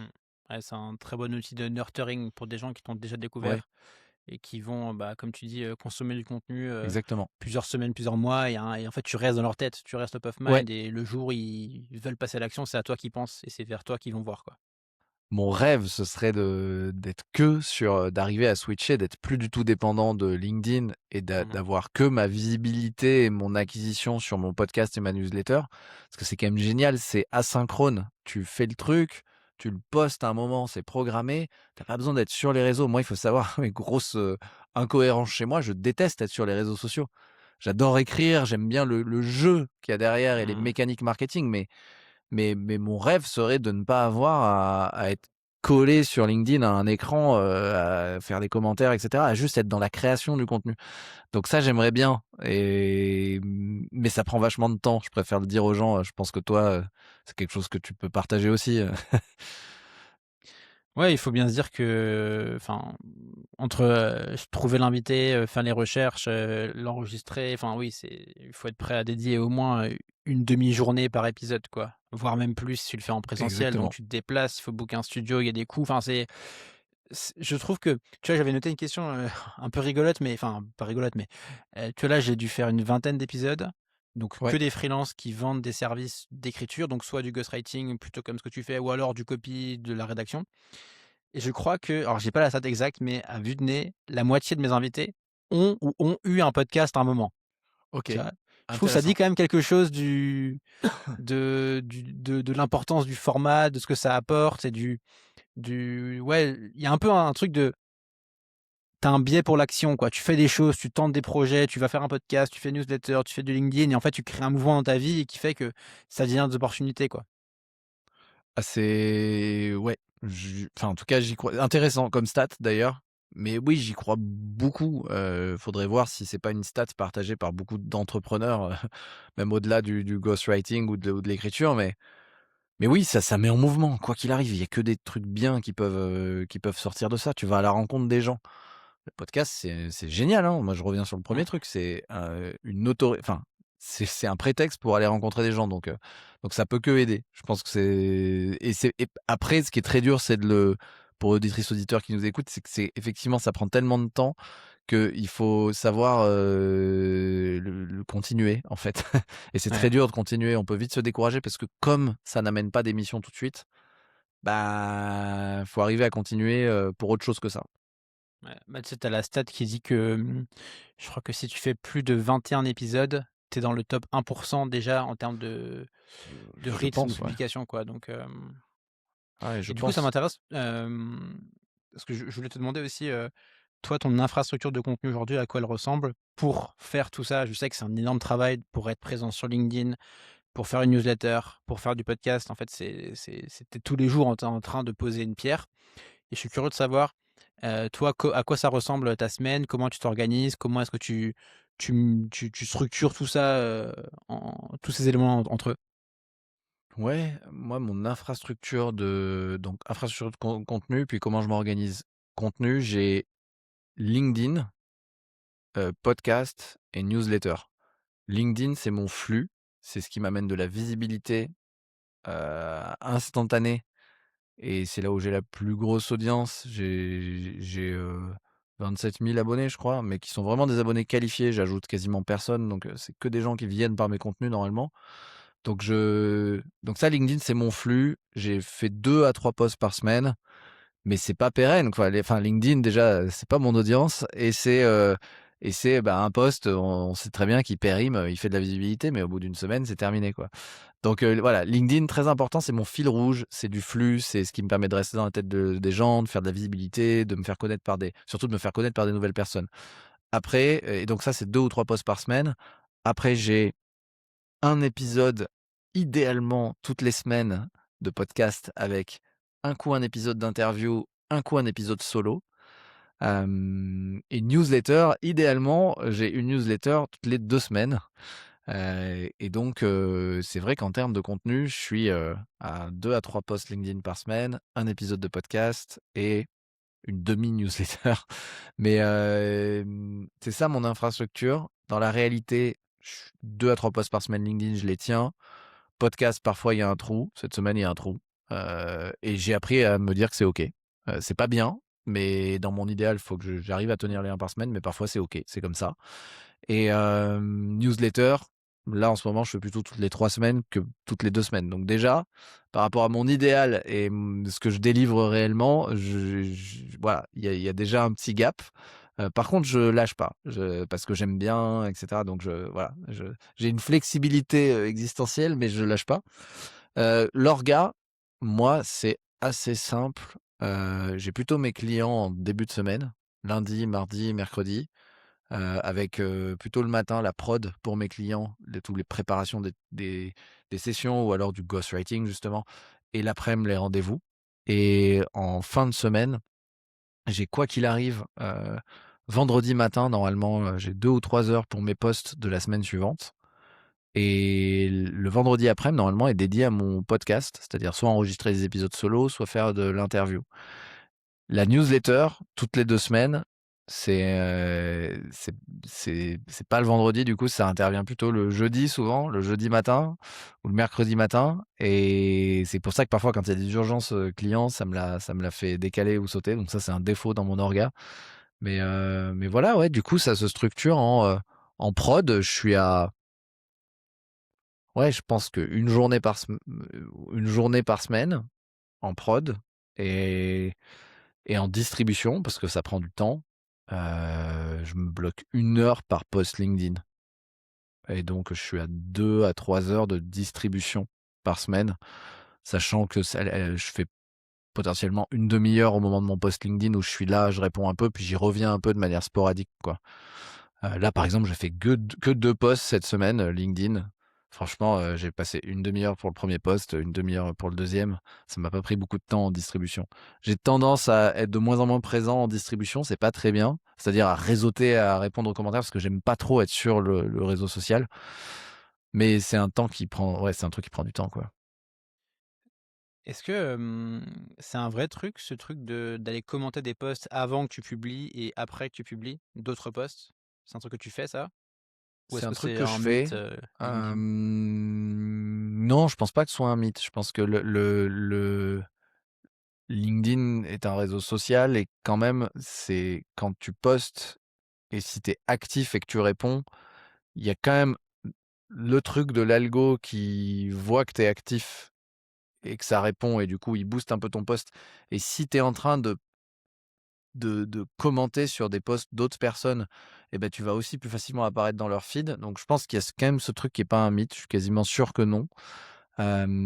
Après, il y a aussi, le truc de l'humain. C'est-à-dire que Ouais. si tu postes et que tu es jamais là quand tu postes, bah, les gens qui vont venir, ils vont venir commenter 2-3 fois. Puis en fait, ils parfois, ben, je sais qu'il y a des gens qui font ça juste pour le jeu, mais parfois il y a des gens, et j'espère d'ailleurs, qui commentent parce qu'ils ont bien aimé le post. Ils donnent un avis, ils posent une question. Si ça reste lettre morte, tu vois? En fait, au bout de 2-3 fois, ils reviennent plus, et donc il y a ce truc de réciprocité humain. Donc voilà, après moi j'ai plein de contre-exemples où parfois j'ai programmé des posts, j'étais pas là et ça a explosé. Mais mais quand même, j'essaie, même dans ce cas-là où je suis pas là, d'aller après quand même essayer de répondre aux gens. Je pars du principe que parfois c'est compliqué si un post marche très, très bien, donc s'il y a de la viralité, bah, au bout d'un moment, il y a trop de commentaires, donc là non, je vais pas répondre à tout le monde parce qu'au bout d'un moment, je peux pas faire ça de mes journées. Par contre, sur des posts un peu normaux, vu que moi j'ai pas non plus une audience, je suis pas un influenceur, tu vois? J'essaie quand même de répondre à tout le monde. Mmh. J'essaie de respecter le temps que les gens ont pris. Alors parfois je vois que c'est des commentaires un peu IA, donc je réponds moins ou je mets juste un like, tu vois? Mais j'essaie de créer une réciprocité, et ça c'est un biais qui est super important en marketing. Enfin, je pense que tu connais, tu en as déjà parlé dans le podcast, le biais de réciprocité, c'est Ouais. donner aux gens, et donc en répondant, on crée, eux, ils en ont créé en apportant de la force, en commentant, et en répondant, je pense qu'on crée cette réciprocité, et ça, c'est quelque chose d'intangible mais important. Ouais. Ça, tu mentionnes là, les commentaires IA. Moi, pareil, j'ai toujours deux trois personnes qui commentent systématiquement tous mes Ouais. posts au même temps d'intervalle. Et je me dis, mais attends, ils ont dû suivre une formation d'un mec qui leur a dit, voici comment automatiser les commentaires IA. Ah ouais. Est-ce que tu as eu vent du fait qu'il y a des formations qui apprennent à automatiser les coms avec l'IA, ou c'est juste Mais des gens qui... mais bien sûr, mais je pense qu'il y a des logiciels même Ouais, dans lesquels tu te crées, des listes de gens, et qui su je pense qu'il faut quand même aller sur le logiciel, mais il te génère automatiquement plein de commentaires sur les posts des gens que tu as listés, et après tu peux les modifier, ou enfin, ouais, je sais qu'il y a ça. Après moi, je sais pas quoi faire avec ces gens-là parce que parfois les commentaires sont vraiment, je vois que c'est de l'IA, et donc je me dis: «Bon, en fait, il est là, mais il est juste là pour lui». Et à la fois, bon, bah, il m'a mis dans sa liste, donc il a dû mettre des gens qu'il aime bien, donc je sais pas trop quoi faire. Je sais pas trop ouais, quoi faire. j'avoue. Je me dis: «Bah, c'est sympa quelque part», tu vois? Il m'a mis dans sa liste, Ouais, c'est vrai. C'est vrai. donc Non, c'est moi, non, mais c'est chiant, mais voilà, bon, j'essaie de me dire: «Bon, c'est le jeu». Ça fait partie du jeu en vrai, hein. oui, oui. Ouais. Moi, j'y prête pas trop attention, mais je me dis, en fait, c'est un peu risible. Tu vois, quelle connexion tu crées réellement avec les gens en Ah, mais automatisant un c'est très commentaire qui mauvais va pour la reformuler le réputation. post, en fait. Ouais, en C'est très plus. mauvais pour la réputation, hein. Je pense que c'est cramé, hein. Ouais. Mmh. Vraiment, je conseille pas aux gens de faire ça parce que effectivement, ça se voit, et la Ouais. personne qui a son poste et qui répond, en fait, elle le voit très bien que le commentaire, il est IA, donc en fait, ces gens-là, du coup, mécaniquement, baissent en crédibilité pour moi. Je me dis: «Ah putain, ça, c'est les gens IA, quoi». Ouais. J'ai vu ça m'intéresse que tu me parles un peu de comment tu penses ta strate de contenu sur LinkedIn. J'ai vu récemment que tu publies pas mal de vidéos et des trucs, pas forcément en lien avec, ce que tu vends ou autre. J'ai vu que tu avais publié une vidéo sur, les Beatles et autres, donc ça m'intéresse d'avoir de la réflexion derrière. Ouais, je m'amuse un peu plus. En fait, je prends plus de liberté aussi, déjà, voilà, ça fait longtemps que je suis sur LinkedIn. Franchement, qu'est-ce qu'on se fait chier. Et c'est non, mais voilà, LinkedIn, c'est le reflet du monde de l'entreprise, donc il y a beaucoup de trucs sérieux, il y a beaucoup de gens qui se prennent très au sérieux, il y a beaucoup de trucs que moi, bah, à force, je vois, hein, les posts, portraits, j'ai fait mon burn-out et je me suis relevé, enfin enfin bref, c'est vrai, et parfois c'est vrai, donc j'ai beaucoup Ouais, parfois de compassion, hein, pour ce qui est posté, mais il y a les posts un peu histoire inspirante, il y a les posts, et j'ai tout fait. Attention, je suis fautif sur tous les trucs. Il y a les posts, coup de gueule, il y a les posts, actu, il y a les posts, très experts. Et en fait, tout ça, c'est très cool, mais moi, j'essaie toujours de partager j'essaie de mettre un peu plus de pour moi, l'enjeu, en fait, c'est même si on dit des trucs sérieux ou autre, en fait, je m'en fous du moment que c'est de partager des choses que je trouve réellement intéressantes, et de mettre mon cœur sur la table. Et pourquoi je partage des vidéos? C'est que, par exemple, lundi dernier, j'ai partagé une vidéo qui montre en live la création du morceau Let It Be des Beatles. Ça a été filmé. On a de la chance, c'est le moment où ils sont en studio, où il y en a un qui fait 3 accords, qui dit à l'autre, qui s'accorde, et à la fin, il y a Let It Be qui sort, quoi. Juste un truc monumental.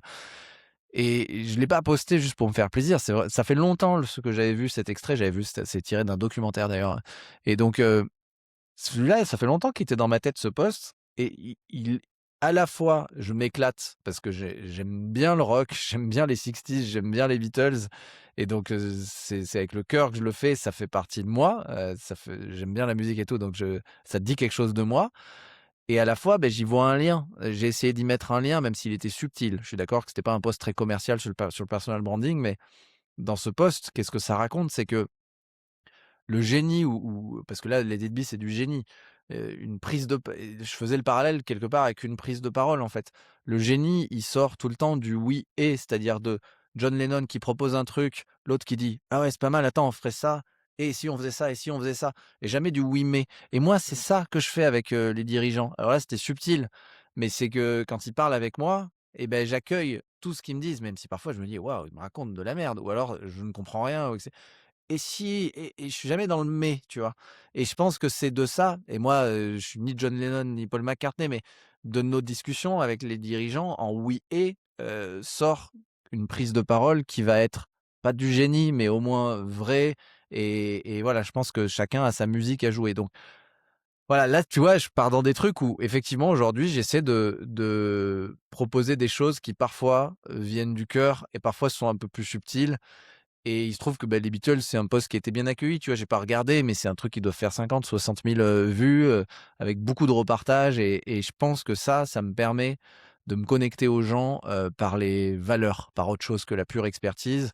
Et donc le lundi, c'est vrai que je m'autorise à faire soit une blague, en fait, à poster le contenu qui est un peu moins en lien ou qui est avec le cœur, ou une blague, et c'est souvent des vidéos.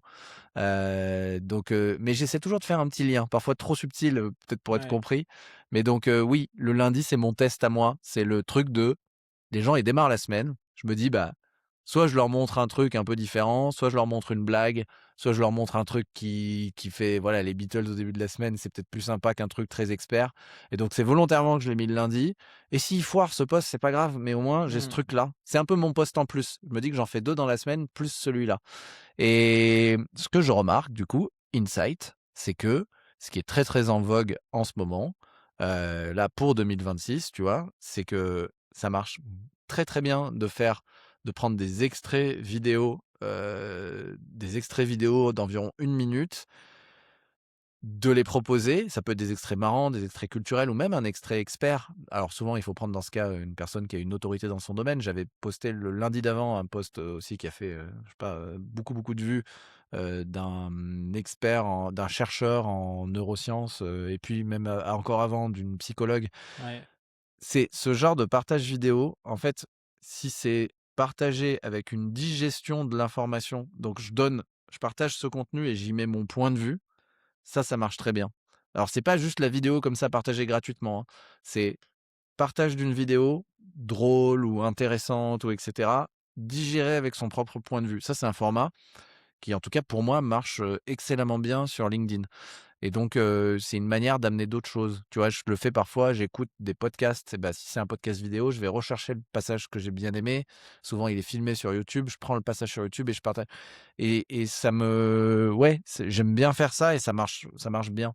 Je pense que le les gens sont là aussi pour se divertir, pour s'inspirer, et donc, ouais, c'est une sorte de curation de contenu. Enfin, ça, c'est vieux comme le monde, hein, mais aujourd'hui, on peut faire de la curation de contenu vidéo, et je trouve ça top parce que c'est le bienfait d'avoir Insta ou plein de vides de trucs avec autant s'en servir quand il y a un truc inspirant, tu vois? Ouais. Moi, quand j'avais vu ton post, John Lennon là, je m'étais dit: «Ah le salaud, c'est un post, tu vois, un peu facile, tu sais que ça va faire des likes, tu sais que» alors tu comme tu dis, tu le digères et cetera, mais J'étais pas sûr, hein. Tu sais, au bout tu pas d'une heure, sûr? il devait avoir 13 likes, hein. Je me suis dit: Ah «Waouh, ouais, ça va flopper de ouf». Il est parti beaucoup plus après, tu vois? Je me suis dit, tu vois, c'est typiquement le genre de vidéo où tu as envie de regarder, tu vois, tout le monde Ah ouais. connaît, c'est intéressant.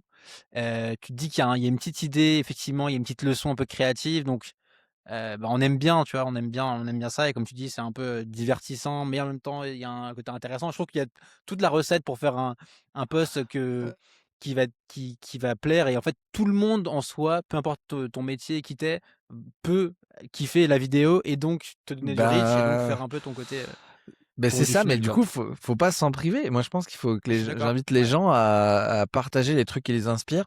Je pense que ce qui est dur, hein, c'est d'aller quand même sélectionner les passages qui ont oui, un bien lien sûr, avec nous. Parce que bien sûr. malgré tout, il y a un petit lien. Et le oui et le oui mais, tu vois, c'est quelque chose qui a émergé après. J'avais adoré cet extrait, mais j'ai pas eu tout de suite l'idée de l'angle. Et donc, en fait, j'ai plein de contenus comme ça, mais qui restent pendant longtemps, certains que je partagerai peut-être jamais, du coup, parce que j'ai pas d'angle. Quand même, je partage pas juste le contenu comme ça, j'attends d'avoir un angle, hein. Et ça, parfois, bah, l'idée d'avoir ces petites notes et ces stocks, ça aide, quoi.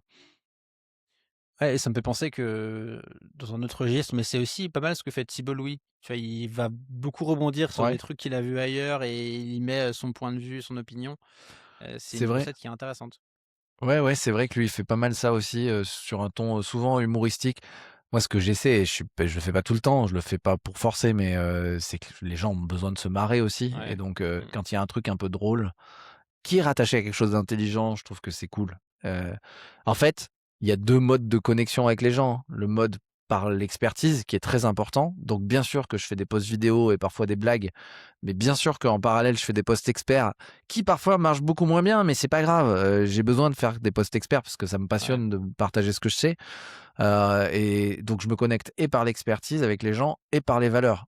Et les posts, où je partage John Lennon ou des trucs humoristiques, c'est des trucs que vraiment j'aime bien et donc je me retrouve chez les gens par des valeurs et se connecter par les valeurs crée de la mémorisation et je pense qu'au moment du choix entre plusieurs freelances et ben, on se souvient plus de celui Mmh. avec qui on partage les valeurs, tu vois? Sur quelques experts avec la même expertise, c'est le petit truc en plus. Ouais. Donc il y a une intention derrière. Petite question, pour toi, tu me diras s'il y a un truc qui te vient ou pas, parce que je pense que je te mets un peu sur la sellette, mais on the Ah, dis-moi. spot, comme on dit. Là, j'ai vu que tu avais fait un épisode où tu racontais, où tu partageais un extrait d'un call que tu as eu avec Oussama, où vous parliez de personal branding. Ouais. Est-ce que tu as retenu un truc de qu'est-ce qui te reste de l'échange? Est-ce qu'il y a un conseil où tu t'es dit: «Ah, c'était intelligent, c'était smart»? Ouais, alors oui, effectivement, contexte. J'ai à une période où j'avais besoin de prendre une décision sur mon modèle, sur mon business model, parce que là, je dis que je suis toujours resté sur le même format, mais je me suis souvent posé la question de: Ouais, Est-ce que je monte carrément une agence? Est-ce que machin? Enfin, voilà. Est-ce que je vais vers des clients très premium ou est-ce que je fais un truc où je délègue et du coup je reste à des plus bas prix? Est-ce que je reste sur des freelances? Enfin voilà. Je me suis posé plein de questions et je m'en pose toujours. Et à ce moment-là, bah, il y avait Oussama Hamar effectivement qui proposait ses calls Better Call Ous. Là, je pense qu'il les propose tout de suite. Je me suis dit: «Ben, vas-y, je vais prendre un call avec lui d'une demi-heure et je vais lui poser mes questions, quoi».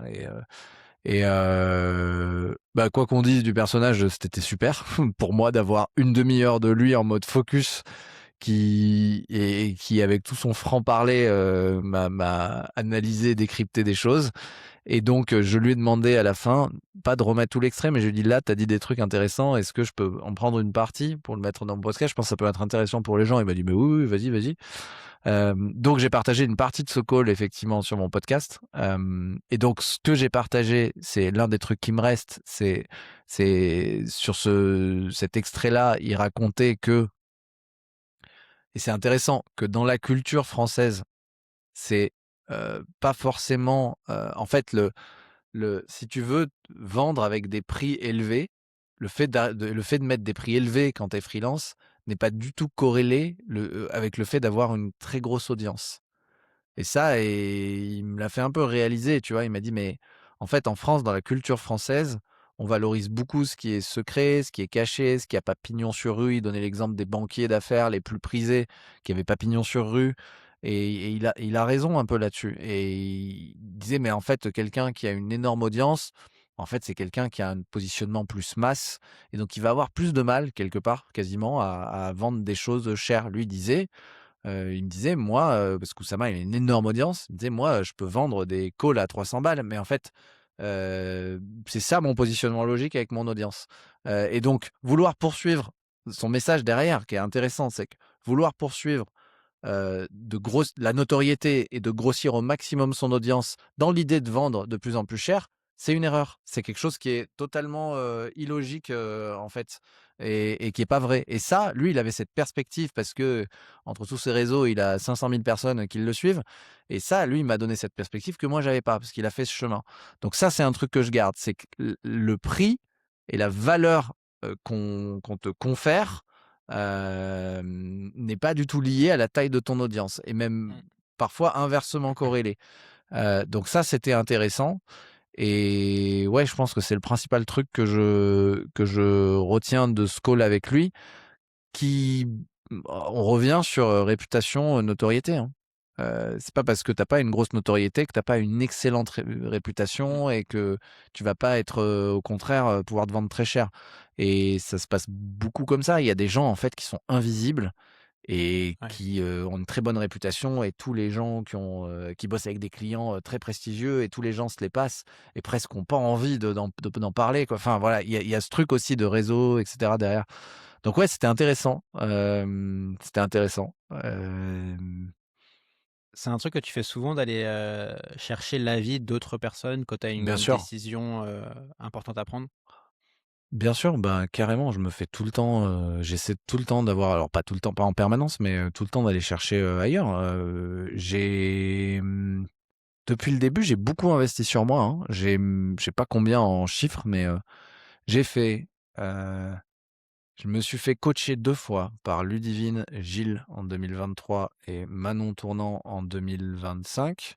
C'était sur des problématiques différentes, mais qui étaient assez globales, en frontière entre pro et perso. Et ça m'a bien aidé. Mais sinon, sur mon expertise à moi, j'avais pris un des premiers bootcamps de Thibault Louis. Donc, il était très bon en plus. C'était une période où je pense que c'est plus ça maintenant, mais on avait du temps avec lui en direct. Et donc, c'était super. Il le faisait avec Maud à la Vesse à l'époque. Et donc là, bah, il m'avait vachement aidé. Là, c'était à l'époque où il m'avait dit Mathieu, kill ton podcast en fait. Tu vas pas. C'est eux, eux, ils faisaient partie des gens qui me l'avaient dit direct. Mais il dit mais là, ton positionnement en fait, tu vas pas t'en sortir. C'est trop le grand écart, de manière très honnête. Donc ouais, j'avais pris ce bootcamp là. J'ai investi sur un coaching, bah, j'avais fait, voilà, des petits moments, bah, par exemple, où ça m'a marre. J'avais investi sur un coaching début d'année dernière avec Pierre Hérubel, qui est très, très fort en création de contenu expert, en fait, qui est très bon, qui est Ouais. très bon et qui m'a coaché sur mon modèle et sur mon offre. Donc ouais, ouais, non, j'hésite pas à investir à chaque fois. Là, en ce moment, je viens de commencer une aide, enfin, je me fais accompagner sur YouTube, sur comment mon podcast que je balance sur YouTube, mais en faisant rien, comment je soigne mon YouTube pour que, avec les mêmes choses, je capitalise un peu plus sur ce que je fais. Donc, moi, à chaque fois, je délègue, hein. Enfin, c'est obligé. Mm.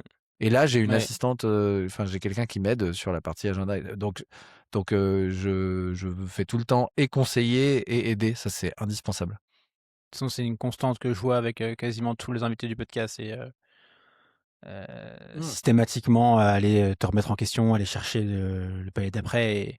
Et en fait, il y a des gens qui ont déjà fait ce que tu veux faire. Donc, Beh, c'est clair. en Moi, les j'ai payant, c'est oublié souvent mon plus site. rentable, quoi. Ouais. C'est ça, mon site, je l'ai fait faire par un autre freelance. J'ai pris le bootcamp IA aussi de Marjolaine Grondin. Il se trouve que c'est Ouais. ma cliente et que je suis devenu son client. Enfin, il y a plein de... Ouais, non, non, en fait, tout le temps. Mm. Mais c'est indispensable.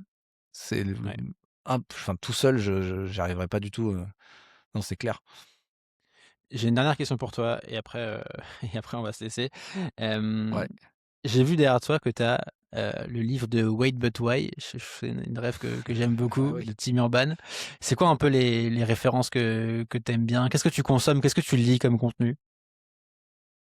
Ouais, c'est une bonne question. Bah, et tu vois, je l'ai pas encore lu ce livre. Je l'ai commencé, mais je me le suis acheté là il y a pas longtemps. Bah, Wait But Why, le blog de Tim Urban, Exceptionnel. exceptionnel, une mine de contenu. Mon article préféré que je recommande à n'importe qui, à tout le monde qui lit l'anglais. Du coup, c'est Euh, c'est alors il s'appelle Musk Secret Sauce. Ouais. Euh, c'est quoi le titre après Musk Secret Sauce? Je Je peux sais le ce que c'est le retrouver. titre. Parce que moi, je me souviens Vas-y, très bien. vas-y. C'est de Chef and the Cook, un truc comme ça? Oui, exactement. The Chief and the Cook. Alors, pour les gens qui pourraient être rebutés par la Disclaimer, Elon personnalité Musk, attention. de Musk, voilà. Bon, c'est déjà un article qui date un peu. 2015, hein, l'article. Musk était un peu moins clivant à l'époque. L'article n'est pas sur Musk. Il se base sur Musk au début, mais après, il part sur une réflexion euh, très très profonde sur la différence entre un cook, donc un cuisinier, et un chief. Mais l'article est ultra profond. Ouais. Celui-là, c'est mon préféré. Donc ouais, Tim Urban, j'adore. En marketing, j'ai lu j'ai quand même deux trois articles sur lesquels j'aime bien revenir sur le blog de Paul Graham. Mm.